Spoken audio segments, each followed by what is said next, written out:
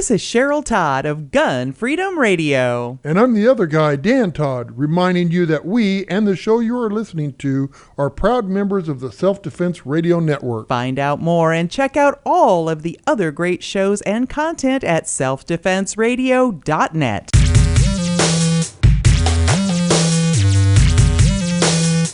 Welcome to Unload and Show Clear, the podcast about all things IDPA.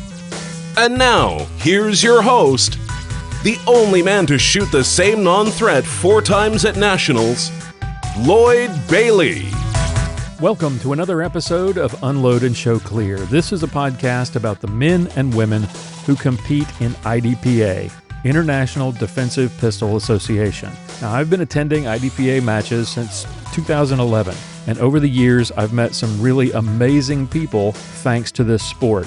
Ignore all the colorful jerseys and the sponsor logos, and underneath you're going to find everyday men and women who volunteer their time and their effort and spend their hard-earned dollars on travel, match fees, and gear to make this sport great.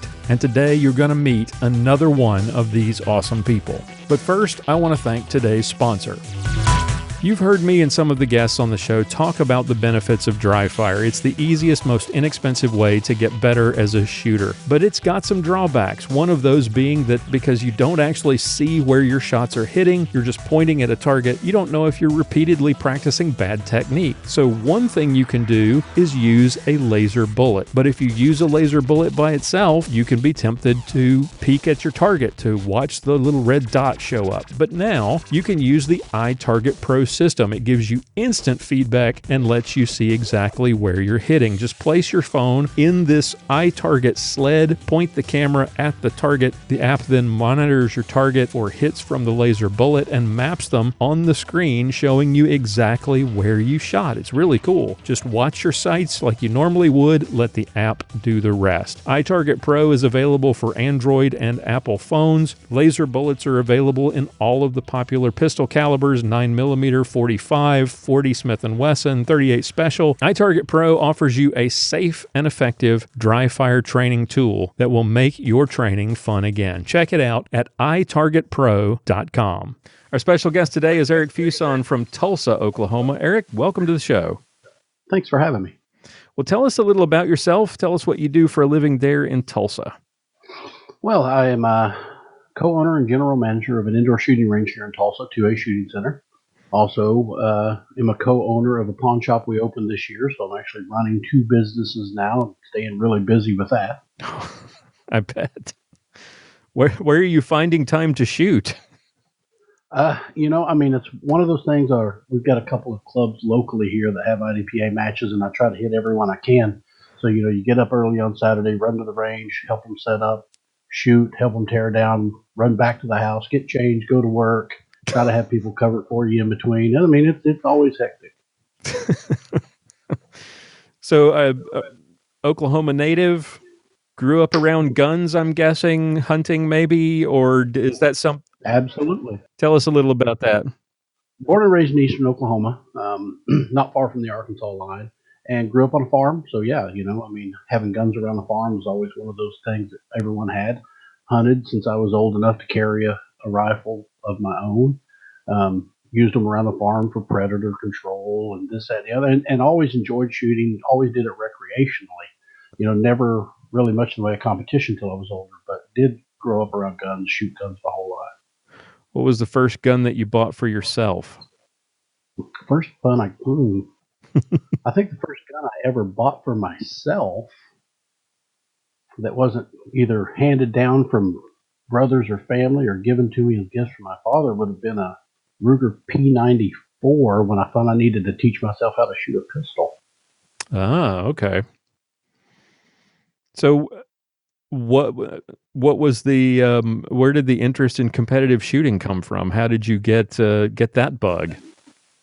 Well, actually, I kind of carried a gun for a living. I did security work. I was a reserve police officer, and had a fellow employee of a company that I worked for introduce me to the sport. And since I love to shoot, and it was one of those things that I could use my duty equipment in an IDPA match, and I didn't have to go buy anything special to show up and compete. I said, why not? And showed up, and that would have been probably 2001, 2002, probably. Showed up to a local club and just swapped out my hollow point duty ammo for full metal jacket. And, I thought I was a pretty good shot until I went and shot my first match. And most of the people that were there beat me pretty handily, so I realized I wasn't quite as good as I thought I was. And I think one of the few people that I beat was my partner who went to shoot with me. And I remember vividly after the match, as we were driving off, he said, "I'm never doing that again. That was embarrassing." And I said, "Well, I got to go back and do this again because I can't let these people beat me this bad." So that motivated you to get started practicing and improving your skills, I guess? Oh yeah, absolutely. That sent me down the path of many, many rounds down range and many, many hours and many, many dollars being, seeking out what I thought was a new and better way to shoot. And how long after that first local match before you ventured out and shot a sanctioned match? My first sanctioned match I think was in 2004. So it took a little bit of time for me to gain the confidence to actually, travel and shoot sanctioned matches because I was still having a hard enough time just competing at the club level event with the local shooters. What I didn't realize back then was some of the best shooters in the world were right here in Tulsa, Oklahoma. And if you could win a club level match in Tulsa at the time, you could pretty much win your division anywhere you went in the country. And now I was looking at your classifications, and just distinguished master in CDP, distinguished master in CCP, distinguished master in bug, master in revolver, master in ESP and SSP. So if it has a trigger, you've picked it up and shot it. Yeah. I mean, and I enjoy shooting all the different disciplines, but I actually wanted to work my way to master in all the pistol divisions. So, I got all my bumps from where I started as a sharpshooter all the way up to master in all pistol divisions through match wins. And nice. I thought, I would see people who would practice the classifier and they would get a bump and then they would go to matches and they couldn't compete with those people. Mm-hmm. So I thought, if I just win my way to master, well, then I'll be ready to compete. The only two exceptions with that was at the time stock service revolver and enhanced service revolver. I knew I wasn't going to compete with those guns because I didn't have that much time to keep those things running and working. So I literally borrowed two friends' guns and their gear, went to the range when they were having a classifier day, dry fired each gun 3 or 4 times, went out there, shot the classifier with the stock service revolver, made master, took that gear off, threw the enhanced service revolver on, shot that classifier, made master, took it off, handed it back to the new guys, and never touched another revolver again. Oh my goodness. So what was talk about the amount of practice it took to get the amount of practice and the live fire, the dry fire, the local matches. What kind of a commitment does it take to go from being next to last at your first club match to getting match bumps all the way to master in all of those divisions? Well, it probably took me a little more live fire practice than it would most because I was a self-taught shooter. And what I didn't realize early on in my practice was that I had taught myself completely wrong and bad techniques. Oh. So I spent a lot of dollars and a lot of ammunition and a lot of trips to the range reinforcing bad technique. And it wasn't until about 2004 that I actually took some real training from somebody who really knew what they were doing that I realized what I was doing wrong and started correcting those issues. And I think it took more ammunition to correct the bad habits than it did to build them. So, if I had just went and got some advice early from somebody who knew what they were doing, I probably could have saved myself a lot of rounds of ammunition. What was your first sanctioned match? Do you remember that match? Yeah, it was actually an Oklahoma State Championship, and it was what I call an accidental match. And by that I mean a friend of mine was a match director, and of course they were going to be giving away some prize guns and this, that, and the other. And I worked for an FFL dealer and had the Federal Primes license, so we were going to handle the transfers. And I showed up with the gun so I could do the transfers at the award ceremony at the match. And the guy looked at me and he goes, "You signed up for the match, didn't you?" Well, no, I'm just here to do the transfer. He's like, well, you can't come out here and sit all day and not shoot. Hold on. So we went and borrowed a gun from one guy and a holster from one guy and some magazines and gave me ammunition and said, "Go shoot." So, I borrowed a 1911 45 that I never shot from a holster that I'd never drawn from. And ammunition that was Winchester white box, full house, 230 grain ball.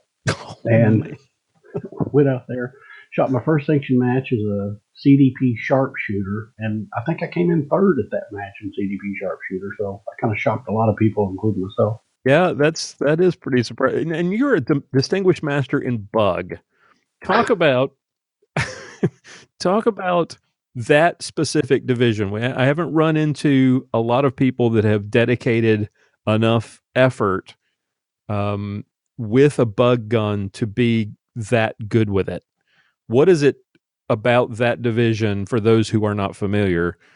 What is it about that division that's different and that makes it challenging compared to even the other, lower capacity divisions like CCP and CDP, but especially the more entry level divisions like SSP? Yeah, well, apart from, reloading every 6 shots, and of course, revolver shooters do that all the time, so they know what I'm talking about. But you have the intricacies of trying to manipulate a gun quickly that it was never designed to be manipulated quickly. Once you have a pocket gun, which is basically what bug division is, with the size limitations you have there, you can't just hit a magazine release and let the magazine fall, because your palm's in the way or your finger's in the way or something's going to happen. So I literally have to strip a magazine out of the gun with every reload. And then you've got short sight radiuses, and you've got a lightweight gun, so the heavier triggers make sight alignment harder whenever you're trying to press the trigger. You can think your sights are aligned and think that you have a good trigger press once you get out to those longer shots and realize that neither one was right. So, yeah, there's some intricacies to running the little gun when you're running it in a match where they kind of design it around the guys shooting the 5-inch 1911s and the full-size Glocks and Smith M&Ps and all that. Right. And did you shoot that at Nationals this year? I did, yeah. I ran the Glock 43 and backup gun division at Nationals. It was the first time they had ever had backup gun at the actual national championship. So, challenge accepted, I guess. Right. And tell us about that. How was that experience? I enjoy every pistol match I go to, but I have to say that I really enjoyed shooting the backup gun at the national championship for a few reasons. One, like I said, I opened a new business this year, and I'm pouring tons of hours into that, which really cuts back on the amount of time I have to train and practice. So the one thing that I've kind of always had going for me is I'm an accurate shooter. Even if I don't manipulate a particular gun well, even if I don't, reload it or draw it as fast or whatever, I can typically take most any gun I put my hand on and place accurate shots. And knowing the kind of difficulty of some of the targets that you're going to see at Nationals, and knowing that a lot of people shooting those lightweight short guns will struggle with the accuracy side of it, well, then I thought that might give me an advantage over some of those people. The fun part about this particular match was, of course, being part of the Wilson Combat Shooting Team, I'm surrounded by some of the best IDPA shooters in the nation. And Right. They're shooting, for the most part, guns that they are highly comfortable with, highly talented with, very skilled at shooting. And my biggest thing is trying to convince myself that, no, you're not going to shoot as fast as these guys. Your times are not going to look that good. You have to shoot your game, not their game. That was probably the hardest part of Nationals, was trying to just shoot my own match without trying to let some of the things my teammates were doing influence what I thought I could do and actually accomplish. And that's challenging enough when you're all shooting the same guns, but you're shooting a gun with half the capacity and half the sight radius. And a lot more recoil. I understand that Bug has a lower power factor But what I found when I was trying to work up loads to try to somewhat mitigate the recoil of a little pocket gun is that once you get down to around power factor for bugs, that little gun just doesn't cycle right. It doesn't shoot accurately, and there's all kinds of other problems. So, I mean, I was running 120 power factor ammo through a 3-inch barrel 9mm. That's the lowest power factor I could get the performance that I needed out of the gun. So there's no going to your teammates and saying, "Hey, how would you run this?" Or No, because they just kind of looked at me like, with that gun, I wouldn't. exactly right. What's your chosen firearm for bug? The gun I shot was a Glock 43, and the reason I did that was, like I said, knowing I wasn't going to have a ton of time to practice, and knowing that Wilson Combat was rolling out these new Glock customizations this year. I basically confiscated my wife's carry gun and sent that to Wilson Combat so that they could do a care package on it. And I cautioned them when I sent it, I was like, listen, this is my wife's carry gun, so we can make it as, we can do as much as we want to it, but we cannot mess with that trigger because it's what she's used to. I don't want any competition stuff in it. It's got to go bang when it pulls the trigger. So, polish anything you want to, but let's leave the stock trigger in it. So they brought it back and it was good. It's not any lighter than the trigger was, but it's a very clean trigger when I got it back from them. The trigger breaks very cleanly. It doesn't have a lot of creep and excess motion in it, and the gun's just absolutely beautiful. She loves it now. So what's the next challenge for you then? There's a couple of new divisions that are kind of rolling out in 2019. Are you planning on tackling those and working your way up through Carry Optics or PCC? Well, actually, when they made the announcement after Nationals this year that they were going to have a separate national pistol caliber carbine match, I knew I had to be a part of that. I mean, I just absolutely could not miss out on that opportunity because while I have worked really hard to become a decent pistol shooter, and I've spent a lot of hours in practice and a lot of time, I've always been a natural rifle and shotgun shooter. I haven't had to work very hard to be very good with those two platforms. So I'm looking forward to running my rifle skills against the rest of the IDPA community at that Nationals, since you don't have to pick that division. Literally everyone who wants to can, shoot that match and kind of see how I run against people who run rifles all the time. Over the years, aside from bug, what's been the most fun division for you and why? Well, as far as just fun, I think enhanced service pistol with that 9mm 1911 Wilson Combat CQB Elite, full size gun, heavy, light recoil, long sight radius, great trigger. I mean, it makes me a better shooter than I am. And as far as just fun and go fast, and even if you think you had a bad trigger press or your sights weren't perfectly aligned, you still find out that a lot of those shots went in zero anyway. I mean, that's just a fun match. 14 years of sanctioned matches. How often are you shooting a sanctioned match? When did you become affiliated with Team Wilson Combat? Wilson Combat. It was after Nationals 2006. Okay. And it was kind of a fledgling thing there. There was just a couple of members at that point in time, both of which are still part of the team. So I'm kind of like, third in line on seniority there. But, I'll tell you, the new people that have been added over the years since 2006, I can't say how much I appreciate the team that I'm a part of and how talented and just how fun the group is to hang out with. I couldn't imagine being part of a better group of shooters than that group. How often, once you joined the team, how many, on average, how many sanctioned matches are you running a year, and how much? What's your sort of the travel radius? Some people it's 2 or 3 hours. Some people it's like me, I'll push it to 8. But for Team Wilson Combat, obviously the range is a bit bigger. What's the season like for you?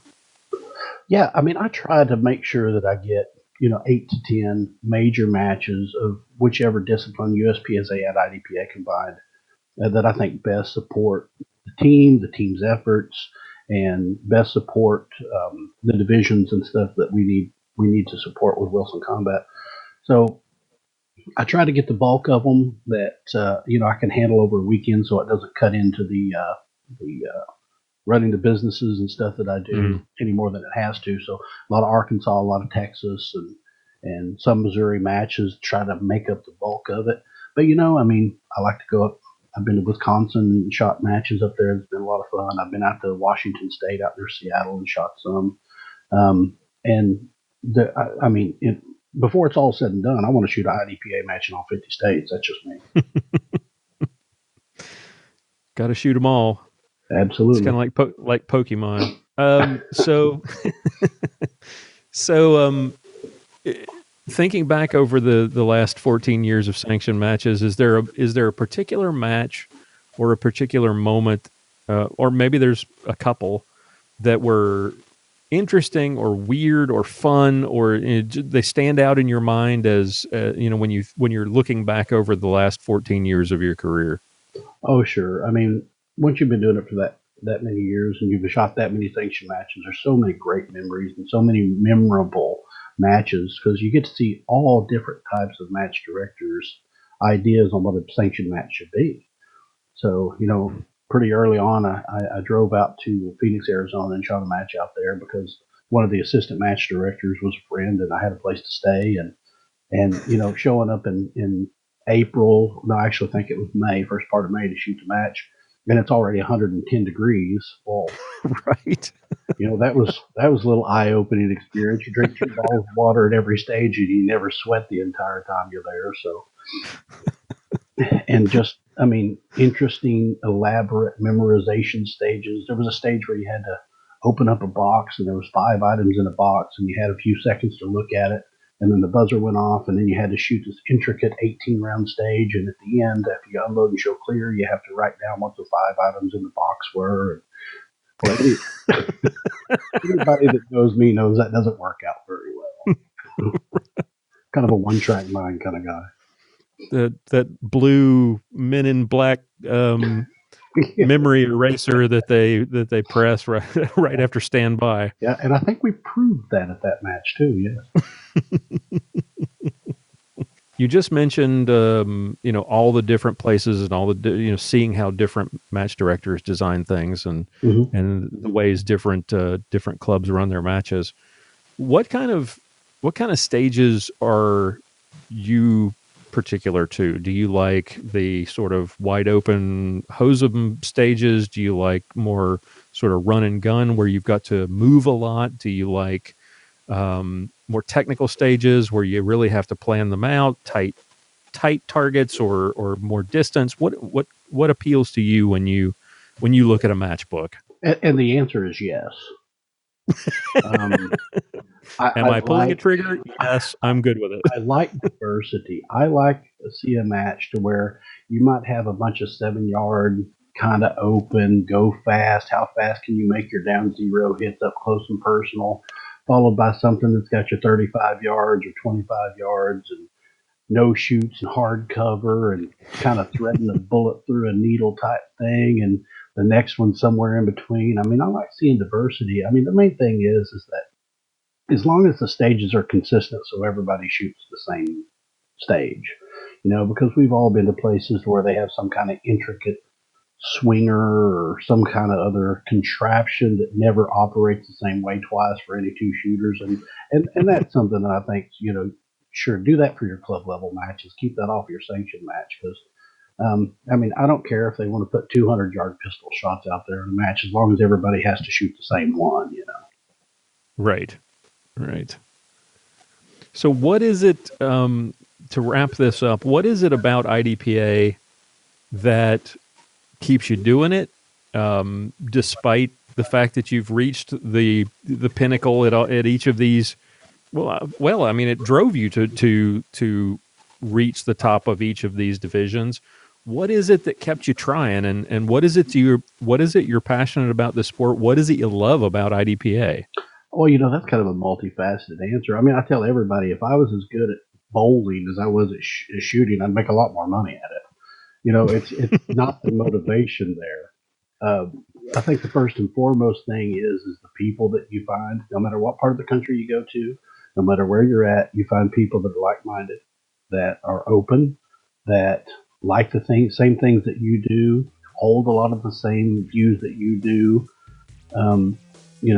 You just find a great group of people everywhere you go. And then secondly, shooting's one of those things, especially pistol shooting for me, that no matter how good you get, you can always be better.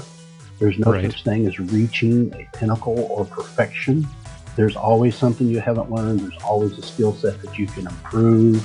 There's no such thing as perfection. And to me, that drive to reach perfection, even though you know you're never going to attain it, that is something that I think I'll carry through for just as long as I can see my sights and hold up my gun. Well, Eric, thank you so much for taking the time to do this. I know you're extremely busy with the two businesses you're running, and I appreciate you taking the time and representing Oklahoma for us. It was really good to talk to you, and I look forward to seeing you at a match in the future. All right, come look me up. We'll shoot together. All right, that's all the time we have for today. I want to thank our guest for coming on the show and our sponsors for making all of this possible. Take a moment, if you would, to check out the website, check out our show notes at unloadpodcast.com. We've got lots of interviews with more amazing guests like the one you heard today. Join our Facebook group at unloadpodcast.com/Facebook for all the latest updates and to connect with other fans of the show. And if you'd like to support the show, we sure would appreciate it. Consider becoming a patron at unloadpodcast.com/extra. I've got some full-length interviews and special content available there exclusively for patrons as well. And if you know somebody or you yourself would make an interesting guest for a future episode of Unload and Show Clear, please contact me at lloyd@unloadpodcast.com or click on the contact page on the website and send us a message. We'd love to hear from you. Tune in again next time for another episode of Unload and Show Clear.